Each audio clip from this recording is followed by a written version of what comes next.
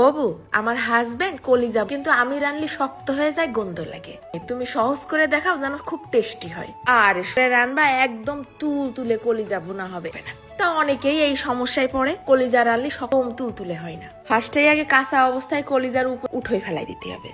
এই পাতলা পর্দাটার জন্য কিন্তু কলিজা বেশ একটু মিডিয়াম সাইজ করে যেরাম ইচ্ছা সেরাম কেটে নেবো। কলিজার মধ্যে কিন্তু রক্তে ভরা, এই অবস্থায় রানলে গন্ধ লাগবে। আবার ডাইরেক্ট গরম পানির মধ্যে ধুয়ে নিলে কলিজা শক্ত হয়ে যাবে। ছেঁচে নিলাম। এবার 1 গামলা পানির মধ্যে ফেলাই দিচ্ছি ওই ছেঁচা রসুন, পিস লেবুর রস।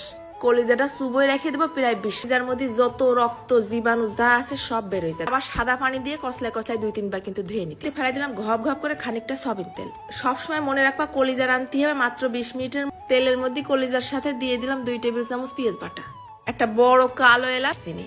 একসাথে সুন্দর করে নেড়ে চেড়ে ভাজার মতন আদা বাটা আর হাফ চা চামচ রসুন বাটা, বেশ খানিকটা নুন, মানে মশলা দিতে হবে আর না, একটু লো করেই রেখে দিছি। ঠিক যখন পেঁয়াজ এখন একদম নরম কেটে যাচ্ছে, চামচ জিরের গুঁড়ো, 1 চামচ ধনের গুঁড়ো, আর গন্ধ জন্য একটুখানি জোয়ান মশলা, হাফ হলদির গুঁড়ো, আর প্রয়োজন অনুযায়ী শুকনো ঝালের গুঁড়ো।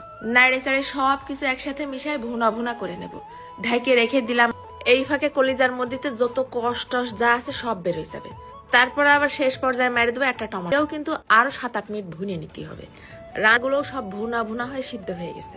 শেষে দেবো খানিকটা গরম মশলার গুঁড়ো, আর কিছুটা কাসুরি মেথি কুচি, আর 1 পিস লেবুর রস। প্রত্যেকটা বড় বড় হোটেল রেস্টুরেন্টের দিকে এই কাসুরি মেথিটা ব্যবহার করে, যার কারণে কিন্তু আমাদের ঘরে রান্না ভুনা তরকারির থেকে হোটেল এবং বেশি হয়। একদম নামানোর আগে শেষ পর্যায়ে ছিটিয়ে দিলাম আর ধনেপাতা কুচি। ও সিয়ারা খেতে গেছে। এইবার খালি রুটি, পরোটা, খিচুড়ি, সাদা ভাত, পোলাও, যেরাম একটা বাসনা হয়েছে সেরাম হয়েছে টেস্ট। প্রত্যেকটা পিস কলিজা একদম নরম তুলতুলে। আর এই যদি ঈদের পর দিন সকালবেলা গরম গরম ঘিয়ে ভাজা হয় রে, জামাই তো গেলে সালামি দেওয়া শুরু করে দেবে। মশলাটা মুলায়ে কলিজা যে খাসি তা বোঝাই যাচ্ছে না, কলিজার গন্ধ বাতাস নেই।